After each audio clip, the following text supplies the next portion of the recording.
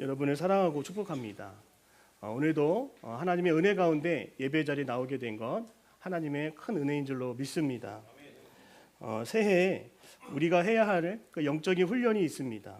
바로 그것은 우리의 자아를 깨트리는 훈련입니다. 따라합니다. 우리의 자아를 깨트려야 합니다. 우리의 자아를 깨트려야 우리의 신앙 성장을 가로막는 것들을 이제 자유하게 될 수 있는 거예요. 삶의 변화를 가로막고 우리의 신앙의 성장을 가로막고 있는 것이 바로 우리 안에 있는 자아라고 하는 것입니다. 여러분, 왜 자아를 자꾸 죽여야 한다? 왜 깨트려야 한다? 왜 그렇게 말을 할까요? 바로 이 인간의 자아 속에는 우리가 원죄라고 하는 그런 죄가 우리 가운데 있기 때문인 것이죠. 사람들은 태어나면서 주어지는 것이 있어요. 바로 우리의 성별이 우리에게 주어집니다. 저는 여자로 태어나지 않았어요. 남자로 태어났습니다. 그리고 우리는 북한이 아니라 우리는 한국에서 태어났습니다. 이건 다 주어지는 거예요. 마찬가지로 우리의 첫 신앙 고백은 무엇이냐면 바로 우리 안에 우리는 원죄를 가지고 있다. 신앙의 선조로부터 가져온 이 원죄가 우리 가운데 있기 때문에 우리의 자아는 왜곡되어 있고 삐뚤어져 있고 제대로 된 자아의 마음을 가질 수가 없다라고 하는 것입니다. 이런 자아 때문에 우리는 하나님의 뜻보다 나의 뜻을 더 중요하게 생각합니다. 우리는 하나님의 방법보다 나의 방법이 먼저라고 생각합니다. 하나님의 계획보다 내 계획이 앞설 때가 많습니다. 바로 그것은 우리가 죄악된 자아를 가지고 있기 때문입니다. 이 자아를 깨트리거나 이 자아를 죽이지 않으면 어떻게 되는 거예요? 결코 신앙의 성장과 더 깊이 하나님을 만날 수가 없다라고 하는 것입니다. 제가 들판에 밭을 가는 소들을 보니까요, 공통적인 특징이 있습니다. 소는 힘이 너무 좋아서 기계를 대신해서 밭을 가는데 주로 사용되잖아요. 그런데 밭을 가는 농부가 그 소를 사용할 때 소 2마리를 사용하는 것을 제가 본 적이 없어요. 여러분, 소 2마리가 그 밭을 갈고 있을 때 앞으로 나아갈 수 있을까요? 소들은 고집이 있잖아요. 어떤 소는 멈춰 있으려고 하고 어떤 소는 쭉 나가려고 하고 이 보조가 안 맞는 거예요. 서로 다른 자아가 가지고 있기 때문에 그런 어떤 발전과 어떤 도전이 일어날 수 없다라고 하는 것이죠. 그래서 성장을 원한다면, 특별히 신앙의 성장을 원한다면 오늘 저는 여러분들과 처음으로 이 말씀을 먼저 나누고 싶어요. 마태복음 16장 24절입니다. 우리 화면 보시고요. 우리 같이 한번 읽어보겠습니다. 시작. 이에 예수께서 제자들에게 이르시되 따라오려거든 자기를 부인하고 지고 나를 따를 것입니다. 자, 우리가 주님과 함께 동행하는 것도 마찬가지입니다. 사랑하는 사람과 한평생을 살아가는 것도 마찬가지예요. 둘 중에 한 명은 죽어야 돼요.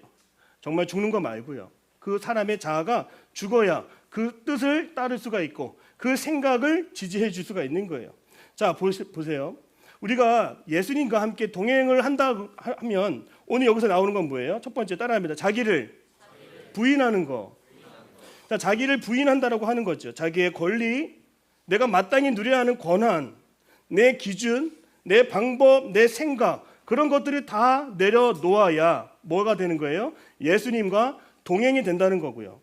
두 번째는 나의 십자가, 따라합니다. 자기 십자가를 져야 합니다. 자, 이 십자가 얘기하면 꼭 내가 원치 않는 그 사람이 나의 십자가인 것 같이, 꼭 그 불편한 상황이 나의 십자가인 것이 내가 느껴질 때가 있어요. 근데 그 십자가가 아니라 여기서 말하는 자기 십자가는 뭐예요? 바로 내 자아의 죽음을 인정하고 내 자아를 십자가에 못 박고 이 죽어있는 자아의 몸과 마음 그대로 하나님을 따라가겠습니다라고 고백하는 것이 바로 자기 십자가를 지고 따라가는 것이죠. 저는 여러분들이 2025년 1월부터 12월까지 올 한 해를 마치는 그 순간까지 여기에 앉아있는 모든 청년들이 끝까지 하나님과 동행할 수 있기를 주님의 이름으로 축복합니다.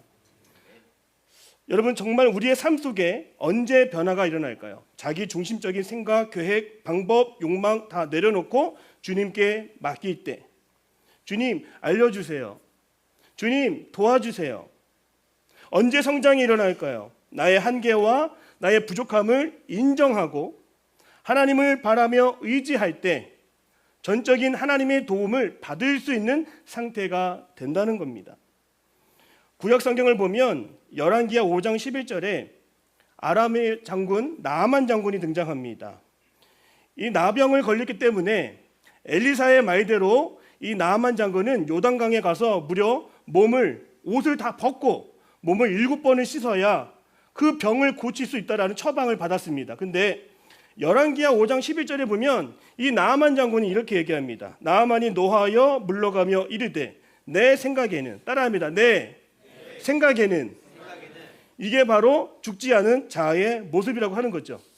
내 생각에는 굳이 거기 가지 않아도, 내 생각에는 당신이 나한테 와서, 내 생각에는 지금 말씀만 하면 뭐 될 거 아닐까? 그런 생각을 가지고 있었다라고 하는 것이죠.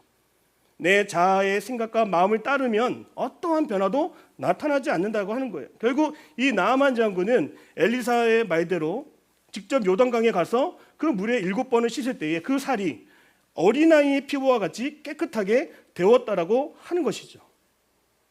여러분, 이렇게 내 고집과 내 뜻을 다 내려놓아야 우리는 하나님의 뜻을 온전히 이루는 하나님의 사람이 될 수가 있는 것입니다.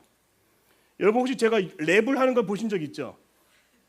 제가 선교지에 가서 우리 청년들을 좀 재밌게 해주려고 랩을 무리하게 했습니다.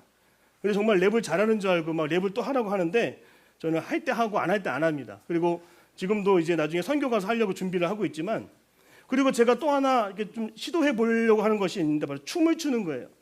제가 약간 흑인 영성의 삘이 좀 있는 것 같아요. 랩도 좋아하고 춤추는 거 사실 좀 이렇게 몸의 그 리듬, 바운스 같은 걸 좀 이렇게 좋아합니다. 그래서 막 이렇게 흔드는 거 이렇게 좋아하고. 여러분, 춤출 때 커플들이 추는 춤 있죠. 와이츠, 탱고, 라틴, 살사, 차차차, 삼바. 자, 수련회 때 우리가 춤을 추는 시간은 없지만 제가 만약에 아내랑 같이 춤을 추는 그런 상상을 많이 해봤어요. 이렇게 아내랑 손 잡고 이렇게 하는 거잖아요. 이렇게 2번 갔다가 뭐 돌고 이렇게 하고. 자, 그런데 여러분, 춤을 추는 걸 한번 생각을 해보세요. 춤을 추려고 할 때 서로가 가고자 하는 방향에 다 각자가 있어. 그러면 어떻게 될까요? 춤이 하나가 될 수가 없는 거예요. 춤이 이루어질 수가 없는 것입니다. 한쪽이 모든 것을 내려놓고 몸을 맡기고 또 그 뜻을 다 내려놓을 때 그 한 사람의 뜻에 따라서 춤이 완성이 되고 진행이 되고 움직임이 생기는 것이죠. 자, 여러분, 새해에 우리가 자아를 깨트리는 훈련을 잘 할 수 있기를 바라며 우리 갈라디아서 2장 20절의 말씀을 같이 한번 읽어보겠습니다. 우리 갈라디아서 2장 20절입니다. 같이 읽겠습니다. 시작. 내가 그리스도와 함께 십자가에 못 박혔나니 그런즉 이제는 내가 사는 것이 아니요 사시는 것이라. 이제 내가 육체 가운데 사는 것은 나를 사랑하사 나를 위하여 자신을 버리신 하나님을 아들을 믿는 믿음 안에서 사는 것이라. 아멘. 따라합니다. 내가 사는 것이 아니요 내 안에 그리스도께서 사시는 것이라. 이게 저는 진짜 소원이에요. 진짜 제가 사람의 말을 하는 것이 아니라 내 안에 계시는 주님이 하라고 하는 말, 하라고 하는 행동들을 제가 드러내며 나타내는 것, 저는 그것이 저의 소원입니다. 그러면 오늘 우리가 정말로 자아를 깨트리는 훈련의 방법이 무엇이 있는지 3가지 살펴보도록 하겠습니다. 저는 그래서 오늘 이사야 49장 8절 23절 오늘 꽤 긴 말씀을 읽었는데요.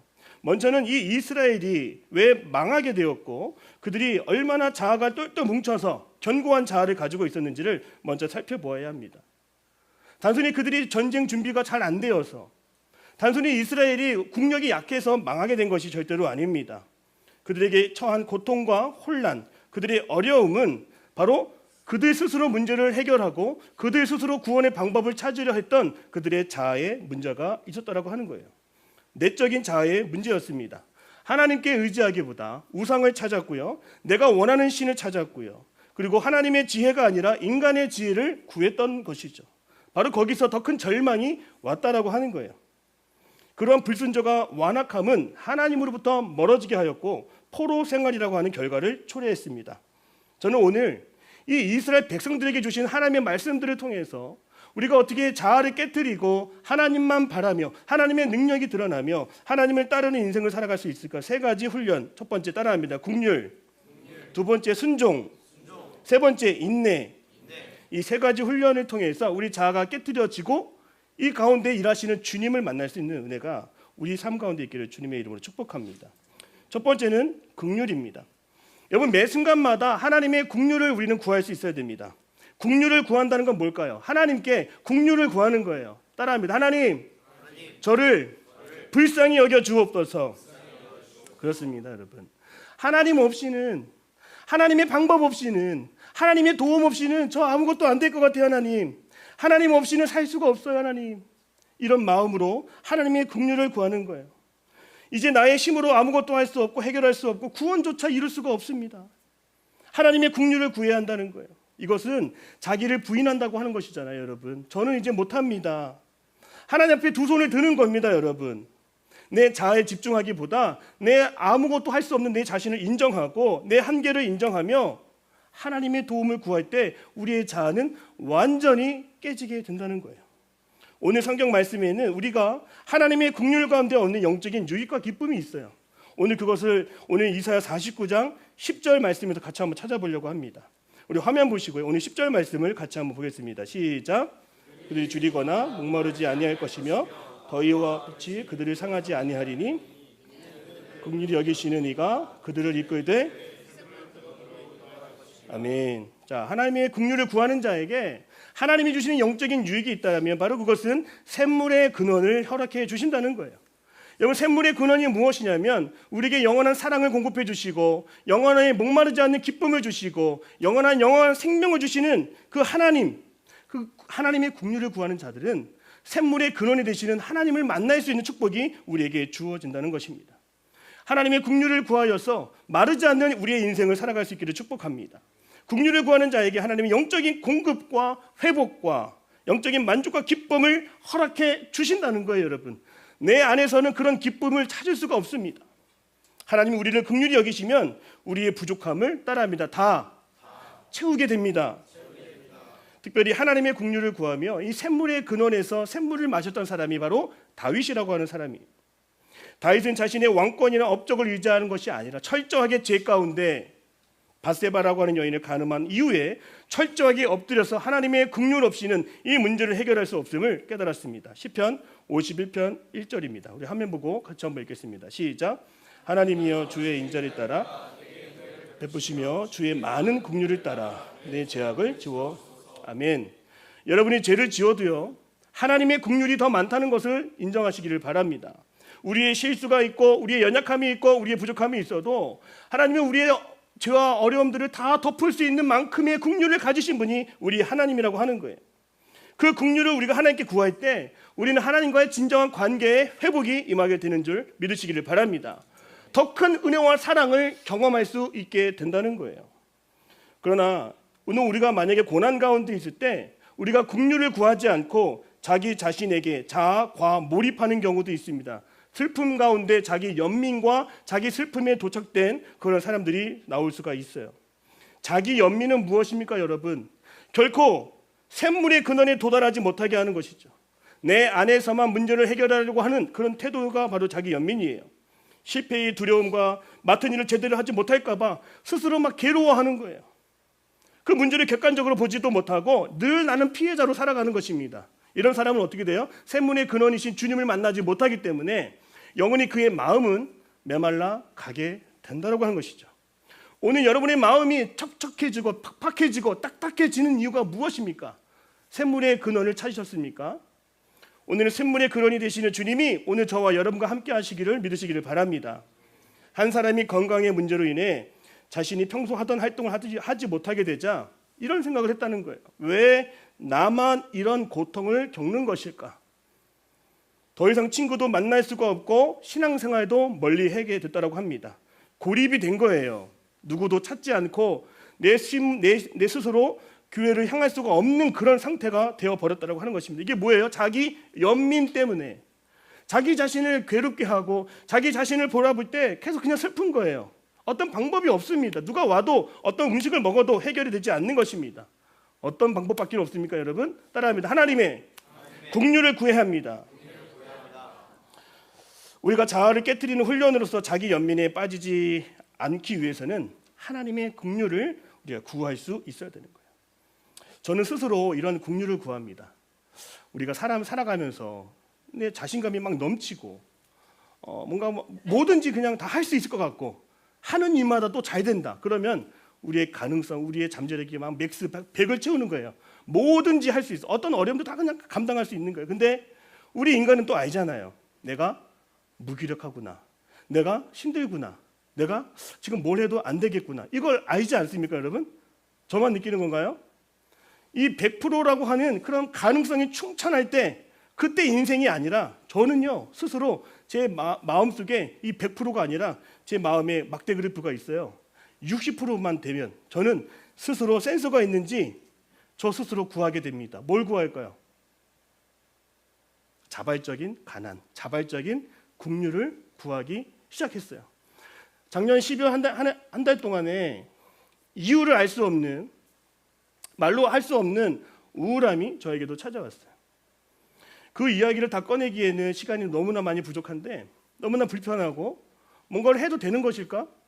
이렇게 하는 것이 과연 맞는 것일까? 제 스스로 그 울타리에서 벗어날 수 없는 그런 상황에 있었습니다. 그때 제 마음속에 이 하나의 방법밖에 없었어요. 바로 하나님의 긍휼을, 하나님 저를 불쌍히 여겨주시고 하나님 저를 건져주시고 하나님 저를 살려주시고 하나님 저를 도와주시고 하나님 저와 함께해 주시옵소서. 그런 마음으로 저는 기도할 수밖에 없었습니다. 그래서 저는 지난 12월 그리고 올해 1월도 마찬가지예요. 저는 이 추운 겨울 날씨를 저 자발적으로 이게 정한 거예요. 긍휼을 더 구해야겠다. 오늘 우리는 살아가면서 무조건 100%를 채워야 내 성에 차고 이 100%그 이상을 하고 싶어서 정말 우리가 가만히 있지 못하는 인생을 살아가고 있는 것이 아닌가 저는 생각이 들어요. 그런데 이 하나님의 긍휼이 크다고 하잖아요. 그러면 뭐예요, 여러분? 우리 부족해도 괜찮다는 거 아닐까요? 우리가 연약해도 좀 괜찮다라고 하는 것 아니겠습니까? 시편 149편 9절 말씀인데요. 우리 화면이 있으면 우리 같이 한번 읽겠습니다. 149편 9절입니다. 있어요? 자, 제가 읽겠습니다. 이건 쉬운 성경인데요. 여호와는 모든 사람들에게 좋으신 분입니다. 주는 그가 만드신 모든 것들을 불쌍히 여기십니다. 따라합니다. 주님은 만드신 모든 것들을 불쌍히 여기십니다.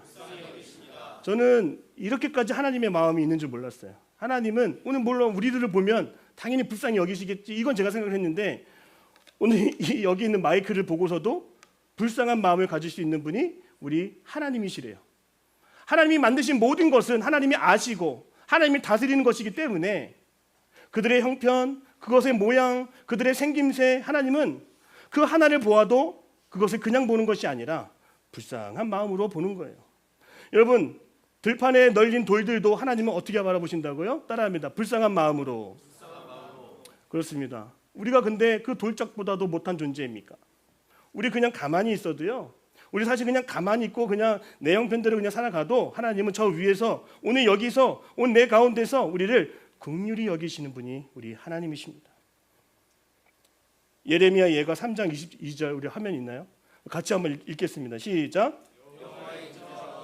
무궁하심으로 죽을 것 같은 상황이 있고 망할 것 같은 상황이 있다 할지라도 마지막 그 순간에 하나님의 긍휼을 구할 수 있는 우리 청년들이 다 되시기를 주님의 이름으로 축복합니다. 뭐라고 한 거예요? 긍휼이, 따라합니다. 긍휼이 무궁하심으로. 우리 주님은 긍휼이 무궁무진하신 분이에요, 여러분. 우리가 아직 구하지 않아서 그런 거예요. 우리는 너무나 불쌍히 여기시는 분이 우리 하나님이십니다. 그래서 아까도 말씀드린 것처럼 100%다 채울 필요 없어요. 하나님의 긍휼이 크기 때문인 것이죠. 우리가 너무 잘하지 않아도 괜찮아요. 왜요? 하나님의 긍휼이 크기 때문인 것이죠. 우리 부족해도 괜찮다라고 하는 것입니다. 내가 약해도 된다는 거예요. 내가 완벽하지 않아도 된다는 거예요. 100% 다 채우지 않아도 된다는 것입니다. 하나님의 긍휼이 있기 때문인 것이죠. 내가 조금 부족해야 하나님의 긍휼을 구하잖아요. 내가 조금 연약해야 하나님을 더 의지하잖아요, 여러분.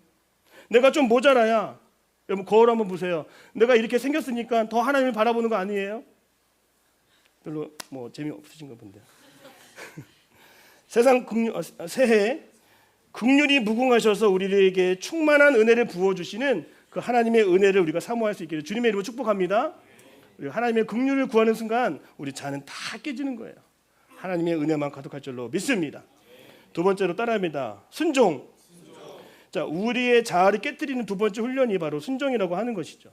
자, 순종은 여러분 알잖아요. 나의 뜻, 나의 생각을 완전히 내려놓고 온전히 그 하나님의 뜻만 드러나게 하는 것이 순종이에요, 여러분. 이렇게 주님의 뜻을 따르고 주님의 권위를 인정할 때 우리 자아가 어디 쓸 자리가 있겠습니까, 여러분? 다 깨져버린다고 하는 거예요. 오늘 말씀을 볼게요. 순종이 무엇인가? 그리고 그로 인한 결과가 무엇인가? 오늘 16절의 말씀 같이 한번 읽어보겠습니다. 16절입니다. 시작. 너의 성벽이 아멘. 여러분 보세요. 예전에 제가 이거를 설교를 했던 것 같은데 좀 다르게 저희가 묵상이 됐습니다.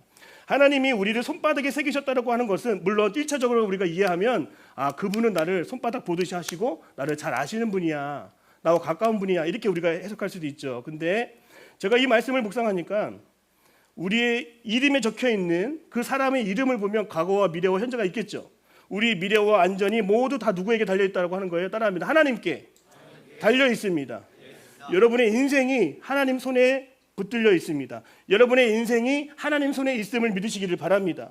이렇게 우리가 주님의 뜻에 순종함으로 주님 안에 있을 때 그것이 가장 뭐예요? 안전하다라고 하는 거예요. 그런데 순종이 어려운 이유는 무엇입니까? 순종이요, 솔직히 말할게요, 바보 같기 때문이에요. 순종하는 사람들을 보면 어리석어 보인다라고 하는 것이 우리들의 마음속에 있습니다. 성경을 보십시오. 그 바보 같은 이야기가 여리고성을 함락할 때 등장합니다. 하나님은 구약 성경에서 가나안 땅에 여리고성을 함락할 때 정말 바보스러운, 말도 안 되는 어리석은 방법으로 하루하루 한 바퀴씩 돌고 마지막 일곱째 날에 일곱 바퀴를 돌라고 말씀하셨어요. 이게 뭐예요, 여러분? 바보짓입니다. 그런데 하나님의 전쟁이기 때문에, 이것은 하나님의 일이기 때문에 우리가 우리의 방식대로 싸우는 것이 아니라 너는 하나님께 맡겨진 인생, 하나님의 뜻대로 하나님의 방법대로 싸우기 위한 훈련을 하게 하신다는 거죠. 여리고성을 함락시키는 방법, 이것은 우리에게 어리석어 보이죠. 왜요? 우리에게는 기준이 있기 때문이에요.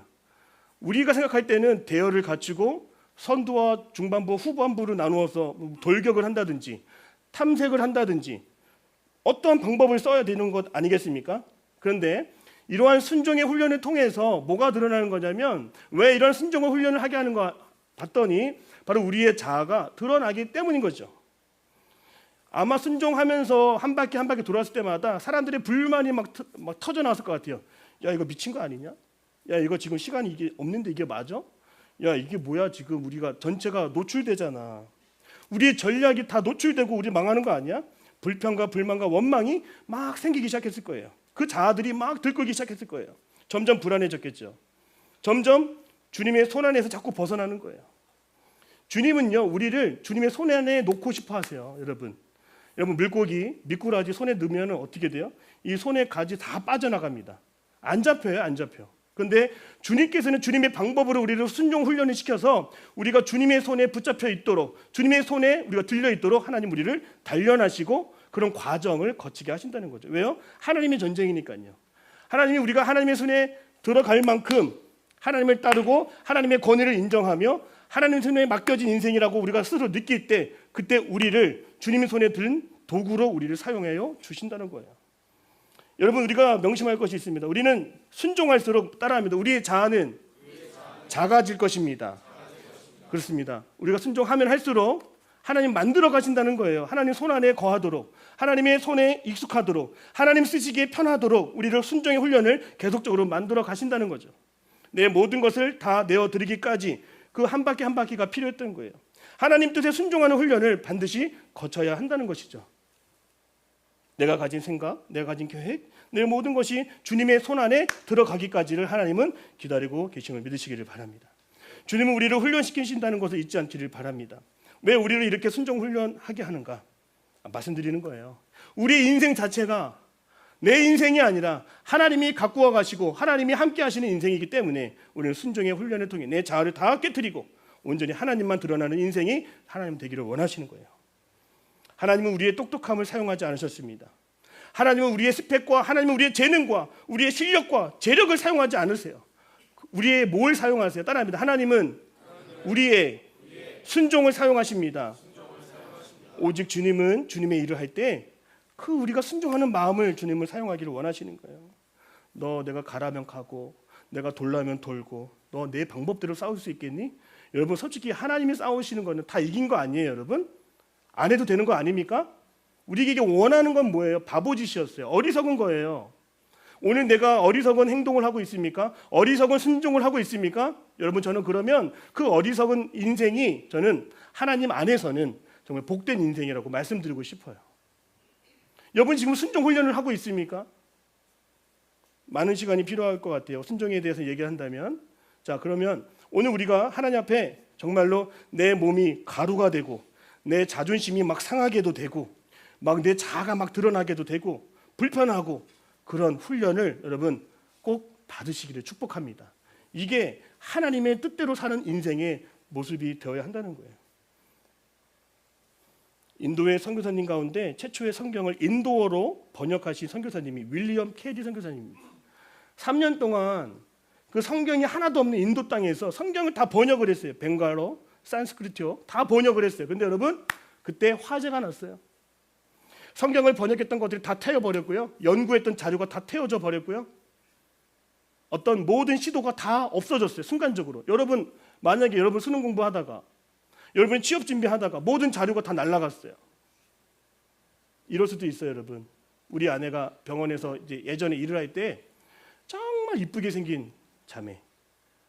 아무 이유 없이 교통사고를 나서 전신이 마비되는 그런 사고를 당한 그런 일도 보았다고 합니다. 여러분 하나님께서는요 우리가 하나님 손에 붙들린 인생인지를 보기를 원하시고 우리가 주님 손에 달려있다라고 하는 것을 마지막까지 알게 하시는 분이 우리 하나님이세요. 그래서 고난이 있는 거예요. 어려움이 있는 겁니다. 올 한 해도 어떤 어려움이 우리에게 찾아올지도 몰라요. 그런데 그것은 우리를 망하게 하려고 하는 것이 아니라 주님 손에 우리의 인생이 놓여있게 하여 주셔서 주님의 뜻 가운데 우리를 사용하시고 정말 주님의 편에서 주님의 방법대로 살아가기를 원하시는 하나님의 훈련이라고 하는 것이죠. 여러분 이러한 훈련을 받으시는 은혜가 있기를 주님의 이름으로 축복합니다. 세 번째입니다. 따라합니다. 인내. 자, 마지막으로 우리가 자아를 깨뜨리는 훈련이 바로 인내예요. 인내는 기다리는 것입니다. 근데 중요한 단어, 중요한 개념을 설명하겠습니다. 인내는 무엇이냐면 나의 때가 아니라 하나님의 때가 오기를 기다리는 것이 인내예요, 여러분.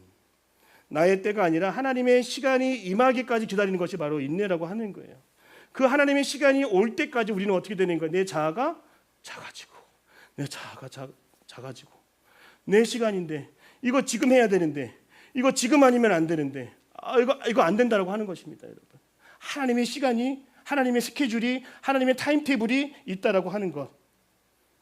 그래서 주님은요 하루를 천년같이 여기시는 분이 우리 하나님이세요. 이걸 기다리는데 꼭 천년을 기다리는 것 같아요. 하나님이면 그냥 한 번에 취업하게 하실 수 있을 것 같은데 이 취업하고 회사에 들어가는 게 꼭 천년이 걸리는 것 같아. 그리고 하나님은 그 긴 천년 같은 세월도 단 하루에 이루실 수 있는 분이 우리 하나님이세요. 그래서 저는 나의 시간이 아니라 하나님의 시간을 신뢰하기로 저는 마음을 먹었어요. 여러분 저는 여러분들이 올 한 해 하나님의 뜻을 기다리고 인내하는 훈련을 할 수 있는 우리 여러분이 되시기를 바라요. 계속적으로 하나님의 시간에 맞추는 훈련을 해야 됩니다. 여러분 마음속에 생각 속에 이런 시간 다 있지 않나요? 내가 몇 살에 결혼해야 되고 내가 몇 살이 되면 차를 이제 구입을 해야 되고 내가 몇 살이 되면 이제 아파트를 좀 구해서 내가 몇 살이 되면 취직을 하고 또 그 다음 해에 좀 더 지나서 뭐 이직을 한번 해보고 여러분 그거 다 뭐예요? 바로 우리의 시간 안에 우리의 생각이 지금 머물고 있다라고 하는 거예요. 그렇게 살았던 사람이 바로 아브라함입니다. 아브라함은 자꾸만 자기 시간을 보면서 왜 아기가 안 태어나지? 왜 아기 주신다 그랬는데 25년 지났는데 이 자기 시간을 보면서 두드렸던 사람이 바로 아브라함이에요. 따지고 자기 시간 안에서 해석을 했던 사람이 바로 아브라함이죠. 결국에 어떻게 됐습니까? 하나님 앞에 불평하잖아요. 원망하잖아요. 그리고 사라를 첩으로 두고 아들 이스마엘을 원치 않는 방법으로 갖게 되는 것입니다. 여러분 저는 이걸 믿습니다. 뭘 믿냐면 하나님의 타임라인이 있다는 걸 저는 믿어요. 오늘 말씀에 매 순간 하나님을 바라보며 기다리며 인내할 수 있도록 하나님이 주신 타임라인이 있다는 것을 저는 발견했습니다. 오늘 18절의 말씀을 보면 다 읽지는 않을게요. 제가 한번 읽어보겠습니다. 18절에 어떤 단어가 있냐면 눈을 들어 산을 보라 이 말씀이 있어요. 고통당하고 어려움 가운데 있는 이스라엘 백성에게 하나님은요 이렇게 말씀하셨어요. 너 눈을 들어서 저 멀리 산을 보라 이렇게 말씀하시는 거예요. 너 지금 당장 네 앞에는 고난이 있고 아픔이 있고 상처가 있지? 그러나 저 멀리 이제 내가 너희 땅에 너희 백성에게 줄 하나님의 구원이 있음을 눈을 더 크게 뜨고 바라보라 이거예요. 19절에 뭐라고 나와 있습니까? 너의 황폐함 속에서도 하나님을 바라보라 이렇게 지금 나와 있잖아요. 처참한 상황 속에서도 하나님을 보라는 거예요. 하나님이 이제 일하실 거니까 그 하나님의 시간 안에 좀 네가 들어오지 않겠니? 23절의 말씀에 보니까 이런 말씀이 있죠. 네 발의 티끝을 핥으실 거다. 핥게 할 거다. 이스라엘을 대적하고 망하게 했던 그 민족들이 결국엔 어떻게 된다는 거야? 네 발에 먼지를 핥는 존재로 등장하게 될 거다. 이 땅의 진정한 통치자가 하나님의 백성으로 등장하여서 이제 너희들을 구원해 줄 거라고 하는 것이. 지금의 시간, 지금의 내 눈앞에서 고난과 고통을 바라보는 인생이 아니라 더 주님을 바라보고 주님이 일하는 그 시간 계획표 안에 들어오라고 우리에게 말씀해 주는 것 아니겠습니까? 갈라디아서 6장 9절입니다. 우리 이 말씀 같이 한번 크게 한번 읽어볼게요. 갈라디아서 6장 9절입니다. 시작. 우리가 선을 행하되 아멘. 이러한 타임라인 속에 거했던 사람이 바로 요셉이에요. 요셉은 17살에서 13년이 지나는 시간 동안에 그 하나님의 구원, 하나님의 건지심, 하나님의 보호하심 모든 역사 속에 거했던 바로 그 사람이 바로 요셉이죠. 결국엔 그의 꿈대로 하나하나 하나님의 절차와 시간과 과정 속에서 총리가 되기도 합니다. 따라합니다. 나의 타임라인보다 하나님의 시간에 주목하자. 우리의 타임라인은 뭐예요? 제한된 시간 안에서 과거를 기억하고 현재를 추억하면서 미래에 대한 불확실성밖에 보이지 않는 것이 우리의 타임라인이에요. 그러나 하나님의 타임라인은 뭐예요? 시작과 끝을 아시고 시작하신 분이 마지막까지 어떻게 이루어 주실 것이 우리를 구원해 주실 것을 우리에게 미리 보여주신 하나님의 그 시간 전체가 있다고 하는 거예요. 우린 여기 안에 들어오기만 하면 된다고 하는 거예요. 그래서 우리가 여전히 이런 마음들이 있을 수 있습니다. 목사님, 그러나 여전히 기다림의 시간은 쉽지가 않습니다. 여전히 제 삶 속에는 변화가 일어나지 않고 있어요. 아무 일도 일어나지 않고 여전히 안개 속에 지금 내가 살아가고 있는 것 같습니다. 목사님, 이렇게 얘기할 수 있죠. 여러분, 답답하니까요. 그때 오늘 하나님이 주시는 이런 말씀을 붙들고 그 시간 안에 내가 들어가기를 우리가 다짐하는 거예요. 우리 교회 2층에 올라가면 뭐가 있냐면 그 전 세계 지도가 크게 벽에 있어요. 근데 그 지도만 있는 것이 아니라 우리가 교회에서 40개국에 파송한 선교사님들이 그 나라 그 표시가 돼 있더라고요. 근데 거기 보면은 다 이렇게 그 현지 시간이 다 있어요. 현지 시간.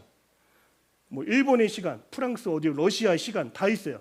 한국 시간도 있고. 저는 마찬가지인 것 같습니다. 우리가 각자 다른 시간들을 우리가 지금 적용하고 살아가고 있는데 하나님과 함께하는 우리 정말 우리 백성들 인내하며 살아가기 위해서는 내 시간이 중요한 것이 아니라 더 하나님의 때, 하나님의 시간에 맞추려고 하는 그런 마음들을 우리가 가지고 살아가야 되는 거예요. 저는요, 그래서 일찍이 28에 결혼을 했는데 이 결혼의 문제를 하나님 이때입니다, 지금입니다, 한 달 아닙니다, 일주일 아닙니다, 저 이런 식으로 계산하지 않고 하나님 앞에 나가지 않았어요. 저는 하나님이 정하신 좋은 때가 있을 걸 믿습니다. 하나님 저에게 좋은 때를 주시고 좋은 신부를 주실 것을 저는 믿어요. 그러니 하나님 좋으실 때 주세요. 하나님 원하실 때 주세요. 저는 그렇게 하나님의 시간에 맞춰 가려고 하는 연습을 했던 것 같아요. 모소 대나무라고 하는 것이 있어요. 이 대나무의 특징이 있는데 4년 동안은 아무런 변화가 안 보인대요. 그러나 4년 후에는요, 하루에 30cm 큰대요. 6주 동안 15m가 자란대요. 여러분 보세요. 우리가 눈으로 볼 때는 지금 달라진 게 없는 것 같고 변한 것이 없는 것 같고 성장이 이루어진 것이 없는 것 같고 어떠한 좋은 것도 보이지 않는 것처럼 보일 수가 있어요. 그러나 이 나무를 보세요, 여러분. 4년 동안 아무것도 안 한 거예요. 우리 눈에 보이지 않을 뿐이지 그 밑에서는 더 깊은 뿌리를 내리고 있었고 많은 영양분들을 공급받고 있었고 밑에서도 보이지 않지만 자라고 있었다고 하는 것이죠. 우리가 이 기다림의 긴 시간을 어떻게 보낼 수 있을까? 하나님의 시간이 있고 그 시간 속에 보이지 않지만 하나님은 선하셔서 지금도 우리를 위해 모든 일을 이루고 계시고 진행하고 계신다. 그런 마음을 가질 때 오늘 우리가 하나님 앞에 인내하면서 내 자아로 욕심으로 똘똘 뭉쳐서 내 시간을 내가 정하는 인생이 아니라 하나님의 시간을 순종하고 인내하며 기다리며 나갈 수 있는 인생이 된다는 것이죠. 그래서 마지막이네요. 마지막 정리하면서 정말 하나님의 시간과 때를 지금 간절히 구하고 있는 청년들이 이 자리에 있는 것 같아서 제가 하나 말씀드리고 싶은 게 있어요. 성경에는 하나님을 사랑하는 자에게 주시는 것이 있어요. 그게 뭐냐면 바로 오래 참는 것이래요. 우리 고린도전서 13장 4절의 말씀 같이 한번 읽어볼까요? 같이 읽겠습니다. 시작.